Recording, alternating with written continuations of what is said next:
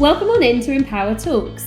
This is the podcast where we talk about careers with people across the insurance industry.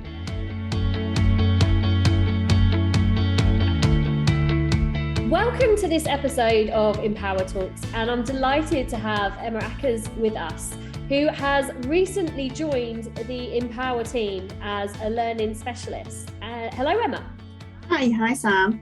And Emma's going to be here today to tell us about her journey through insurance, which started off as a technical role, into more one that is focused on coaching and development, and the advice that she's been able to share with her coachees that will be beneficial for listeners, as well as how she got this role, which is quite a kind of probably new and modern way of looking at recruitment and opportunities available. So Emma, do you want to start off by telling us about how you got into the insurance market?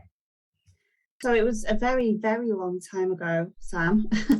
So back in 2005, I got a little temp job just after I graduated, opening post in a little back room at National Insurance Brokers in Manchester. I was talking about this the other day, actually, that when I first joined there, my friend asked me, do you know what a premium is? And I was like, no. Do I need to know that? And he was like, yeah, you should probably find out what that is, because it's really important in insurance. So when I joined, obviously, I knew nothing. So yeah, opening post in a little back room, and then they made me permanent there. So I went from a temp contract into a permanent contract, which is where I started dealing with sort of commercial lines insurance. So I was looking at renewals, customer service, every role you could probably imagine in an insurance broker's, I had a go at. So I did a lot of moving around, but I think that has really helped me, because I've got experience of all different types of roles within insurance. So I did a bit of accounts as well, and some business change. So looking at sort of processes and developing processes and making things better, really. And I suppose that kind of led me into a bit of training and development in the business, because I was at this broker's for quite a long time. So I started doing some training and development when we introduced a new system. And I think that that's when I kind of realised that area is really what I wanted to do. Yeah. So once you've got that kind of awareness, you've done a dozen different jobs and found the one you think you're most interested in. What was the kind of next step from there? Yeah, so that really was like, oh, I really like doing this. This is really fun. And I enjoyed creating all of the materials and putting things together and finding, what the problems were, and trying to fix those. So I moved into another brokerage in Manchester, but I went sort of back into a technical insurance advisor role. I didn't stay there very long, because I was so interested in making things better and finding what the problems were and coaching and training other people. I spent a lot of time doing that. So I was always sort of bugging my boss, going, this isn't working. Can we do it differently? And, I've made this training pack for people who don't know about commercial insurance. And my boss is like, what are you doing here? Why are you doing this here? I need you to sell insurance, not do this. So obviously when I found a different role in the business that was more suitable to me, I'd put my name down for it. So that led me into more of an operational role in the business. So as soon as there was an opening, I applied for a role as an operations coordinator, which meant that I could really look at doing gap analysis and process changes, process improvements, and potentially rolling out training in the business. So I applied for that role, but I didn't actually get it. There was somebody already seconded to that role. So people were like, well, why did you apply for it? You knew that this person was going to get it. But I was like, well, it's just about getting your name out there, isn't it? I've been doing all of this work in the business, which aligned really well to that role. So I applied for it anyway, knowing full well that I probably wouldn't get it. However, about 4 weeks later, they came to me and said, well, we're actually going to create a role for you on this team. So it was a good job that I did apply for it. Otherwise, you know, they wouldn't have known who I was and the work that I'd been doing, and I wouldn't have had that exposure. So that's one piece of advice that I always give to people is, even if you don't think you're going to get the job, just, you know, apply for it anyway, because you never know what's going to come out of it. They don't know who you are unless you go for that. So yeah, they created a role for me, and I started doing some of the compliance training. I was looking at process improvements, and all during this time I'd been studying myself. So I'd done my certificate in insurance. I was studying for my diploma, and I really loved it. I loved learning new things, and that really allowed me to help other people in the business with their learning journeys as well. And I absolutely loved my coach who used to teach me the CII qualifications. She was just fantastic, and the way that she used to present information and teach me this stuff, that really spurred me on to be more like that and do more in that field. So moving on, I was made redundant from that role. So the whole business that I was working for closed. I was absolutely devastated because I absolutely loved that job. Like, I had a lot of freedom in that role to do what I wanted. You know, I could pick and choose the types of things that I could get involved with. My manager was really supportive with my development. She'd help me any way that she could, you know, to see me grow. And that's when the coach that I was talking about a minute ago, she was teaching me in a class one day, and she pulled me to one side and said, "I've heard that you're being made redundant. We do have a vacancy available here at this training company, apprenticeships training company. I think you'd be really good at it." So I was like, oh, okay. I've never really thought of that. Like, I was thinking I would probably just go to another broker's. I'd probably end up account handling again, and hadn't really considered that as a move. So I had a look into what the job would involve. And as always, I just went for it anyway, even though I had no experience. I just went for it. So yeah, I applied for that job, and I had to do like a presentation. So I just delivered some training that I was already delivering in the brokers, because it was easy and I knew it really well, to a couple of the managers there, and they really liked it. And they liked me, so they offered me the job on the spot there. So yeah, that was how I first really got into this side of things. It was purely by chance, and being made redundant, which usually is like the worst thing that can happen. But in this instance, it was really quite a blessing for me, because it allowed me to sort of move into another area. So that must have been quite a transition, going from really a technical role to what becomes really fundamentally a purely people-focused role. How did you find that? I think this is something that is really important in sort of a coaching role. And this is what a lot of people that I've worked with in coaching have said, that having that technical experience and knowledge is really, really important. You know, they can teach you how to teach other people. They can teach you about the apprenticeship side of things, but being able to appreciate and resonate with the jobs that people are doing is really important. So I think that does come really easily, because most of the apprentices that I worked with in that first job, especially, I could really resonate with where they are in their career journey. I started in a little room opening posts. Like, I know how it is to do the rubbish jobs that people give you when you first join. Like, I understand that. And I've been through all different roles. So any role that somebody had, I can be like, oh yeah, I know a little bit about what you're doing there. Have you thought about trying it this way? Or have you thought about trying this? And, you know, I've actively sort out my own progression. So I felt that I had a lot of advice to give to other people of how they could do that as well.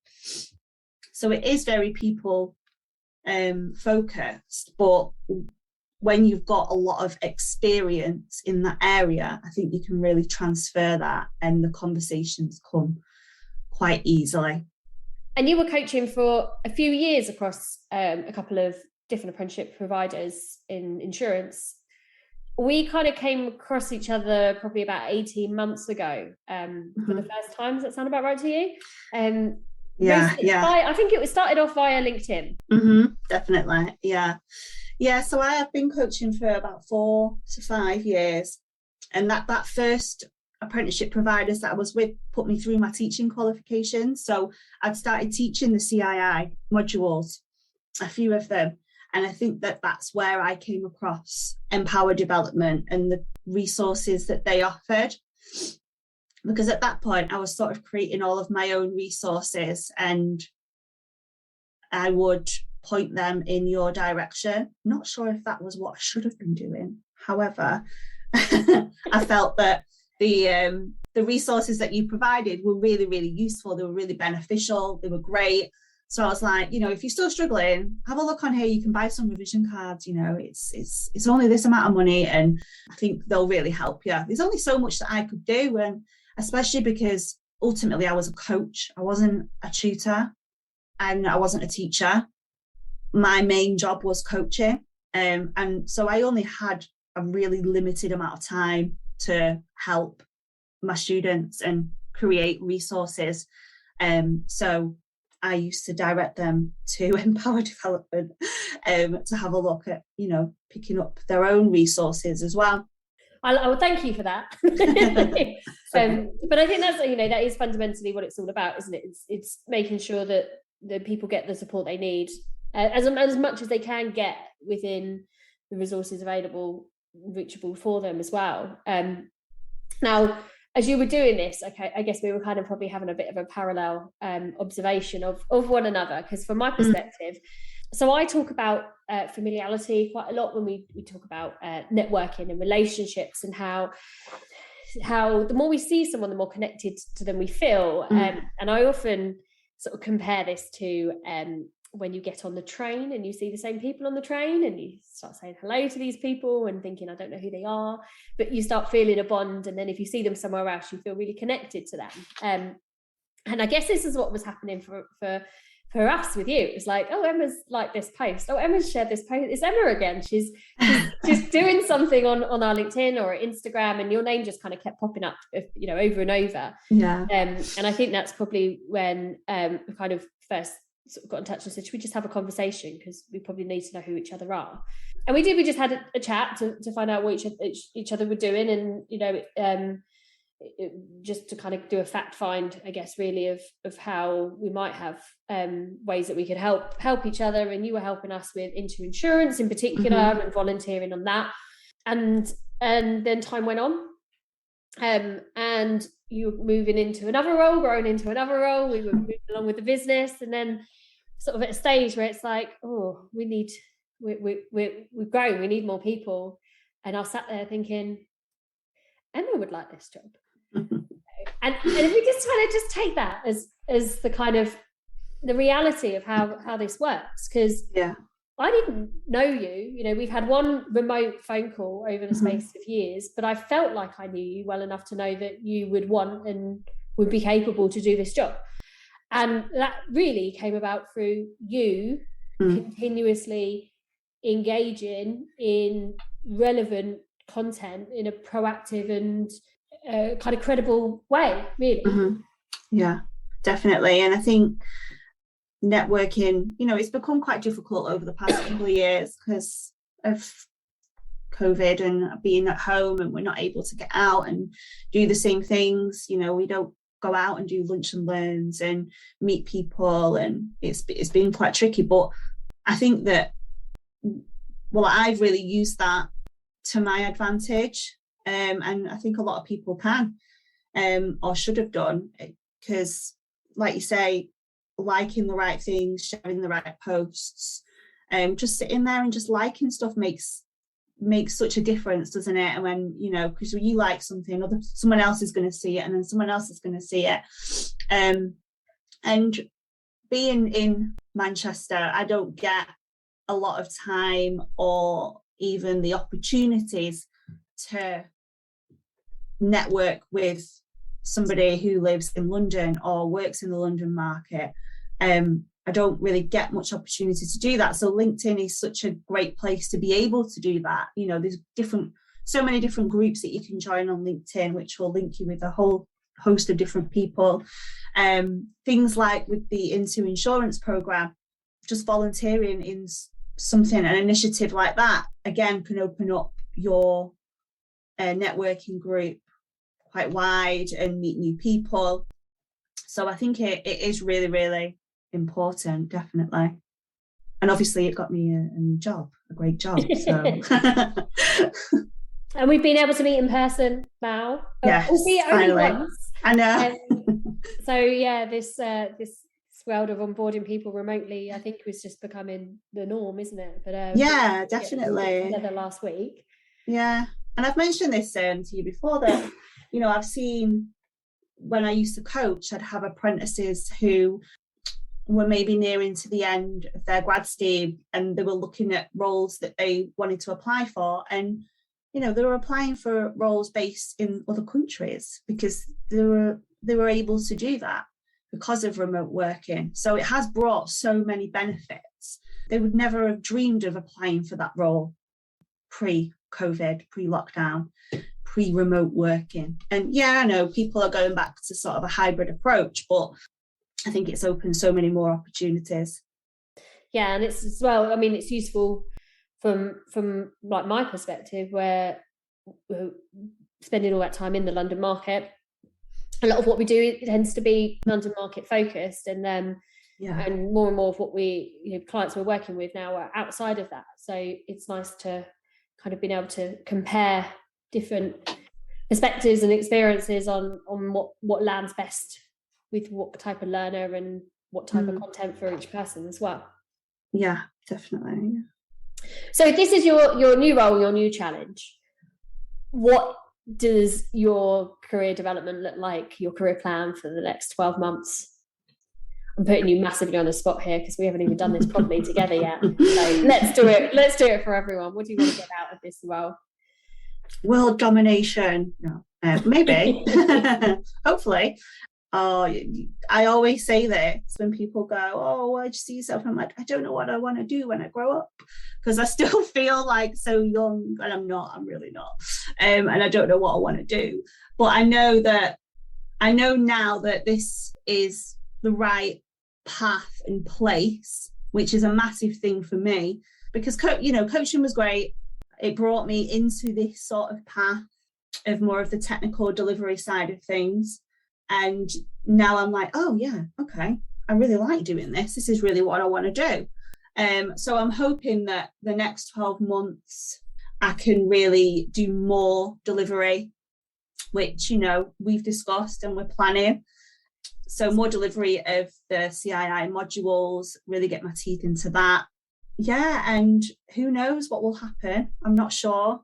It's still very early days, but yeah, we'll see.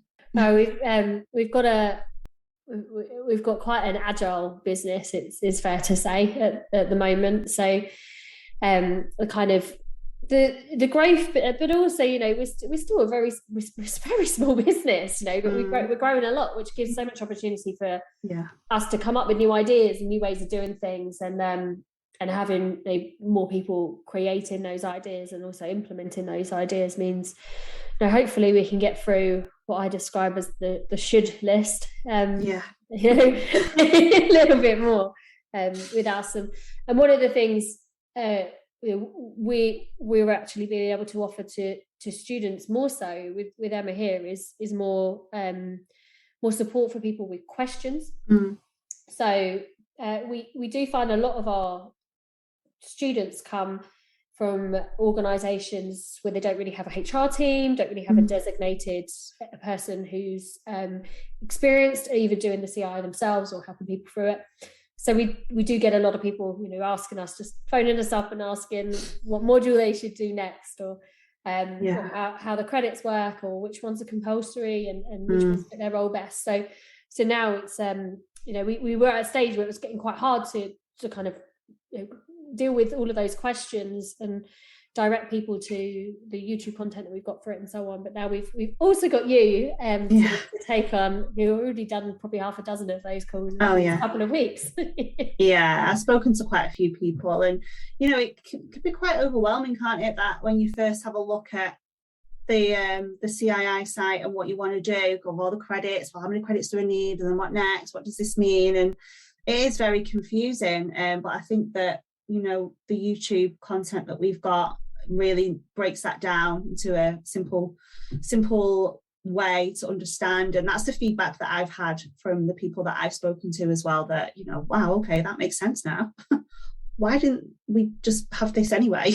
Like, it makes so much more sense. So I've done a lot of that since I've joined, and that's great, because you can see people, the light bulb switching on. They're like, oh, okay, I understand now. So that's great. Yeah, I think those light bulb moments are the best thing about our jobs. When definitely see that click, it's brilliant. Now, speaking of YouTube, I know what you're going to say, Sam. So some listeners might be thinking, I recognise that name, I recognise that voice. I remember watching The Apprentice years ago, and not that version of The Apprentice. No. The Insurance Age Apprentice. So Emma was a candidate on that. Do you want to tell us about it? Yeah, it was. So you might know me as Emma Garrity, which is my insurance celebrity name. Just joking. Not really. So I got married since then. However, I was one of the finalists in the Insurance Age Broker Apprentice. What year was this? 2016, 17, something like that. It's so long ago now. It feels so long ago.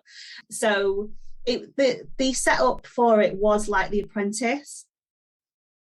So you would apply, you would go through a grueling questioning process at the time it was hosted by LV, so by the lovely Anna Peake, who's the broking director at LV, Mike Crane, who was also one of the directors at LV, and Michael Lawrence. So very important insurance people. So that they interviewed all of us, whittled us down to a final, I think there were 6 of us. And then they brought us in, first of all, for a week in London. So that was really exciting for me, because I've never really spent much time in London.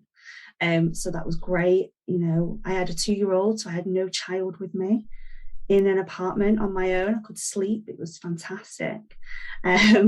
So they had us doing all sorts of challenges. So one of the challenges was where we had to work for A Plan in Wimbledon.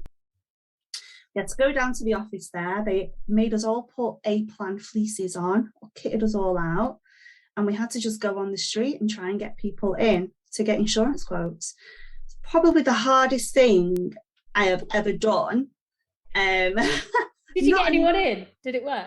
We got a few people. We won that challenge, actually, our team. We were split into 2 teams, and our team won that challenge. I have no idea how that happened, but I'm not a natural salesperson. You might have noticed from the introduction earlier, sales isn't something I've ever done. I avoided it because it's not really, I don't know, I just feel like it's not really me. I'm not a pushy person. So trying to get people in for an insurance quote was very difficult. And then we had a lot of the people who don't really believe in insurance. There was some difficult conversations on the street. So it was hilarious. So yeah, we did that. And then we did a variety of other challenges.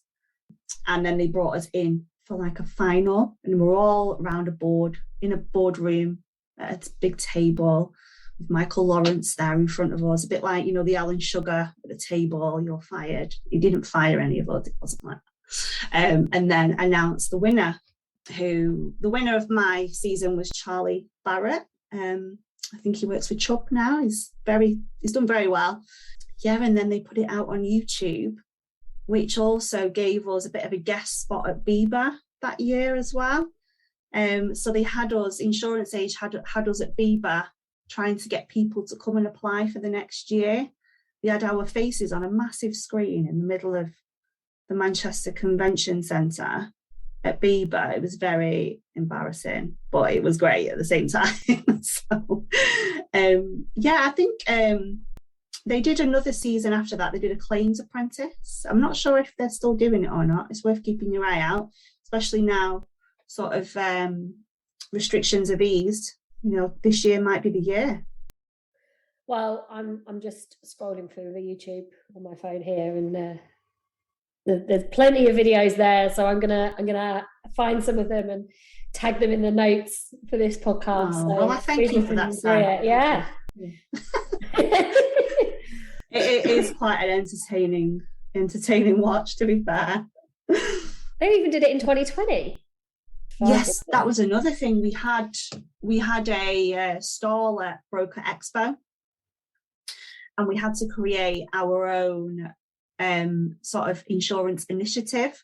So we created a cyber insurance app where you could sort of put in your company information or risk management information, and the app would tell you how high of a risk you were for a cyber attack.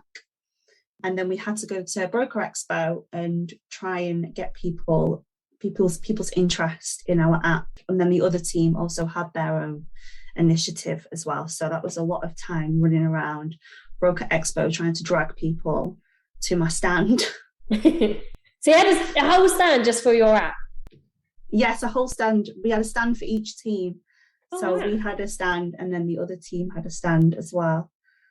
Yeah, that was a good experience. Yeah. And I guess something like that, pushes you massively out your comfort zone, gets you doing things that you wouldn't normally be doing or necessarily even thinking about doing, but with other people who maybe have different skills that you can learn from and do it with as well. And again, fantastic exposure. So absolutely. Great program.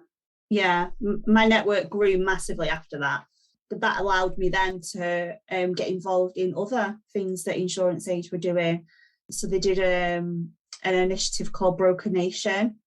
So I went back down to London and did some filming with them for that, talking about sort of the next generation of brokers, talking about apprenticeships. So yeah, it really helped grow that network and introduce me to lots of new people. Really helped. And of course, you'll be with us at Bieber this year, so you will be back in the room for Bieber this time. Hopefully you won't project my face onto a big screen. Yeah, I don't think we've got any big screens. No, that's fine. I can go under the radar this year. Although we have got a speaking slot, so I will be doing a talk on the second day, so maybe I can put your face on one of the slides. No, it's okay. No, we're really looking forward to Bieber. It's always such a great event, and so many opportunities that I think we at Empower could benefit from there, definitely. Well, we always end these podcasts with one piece of advice. So your top advice you like to share with people in terms of advancing their careers. What would that advice be from you? I'm just going to bring back a piece of advice that I said earlier on about applying for that job, putting yourself forward for something, even if you think that you're not capable, if you think that there's no point in doing it, just do it anyway. What is the worst that could happen? The worst that could happen is someone says no. That's fine. Doesn't matter. You just move on, don't you? But always back yourself, apply for that job, put yourself forward for that promotion, put yourself forward for that piece of work, and just believe in yourself. Brilliant. Well, thank you so much, Emma. We've got your LinkedIn details as well in the notes, so if anyone wants to connect with you and ask you any questions, they're all encouraged to. Great, of course. Thank you. See you later.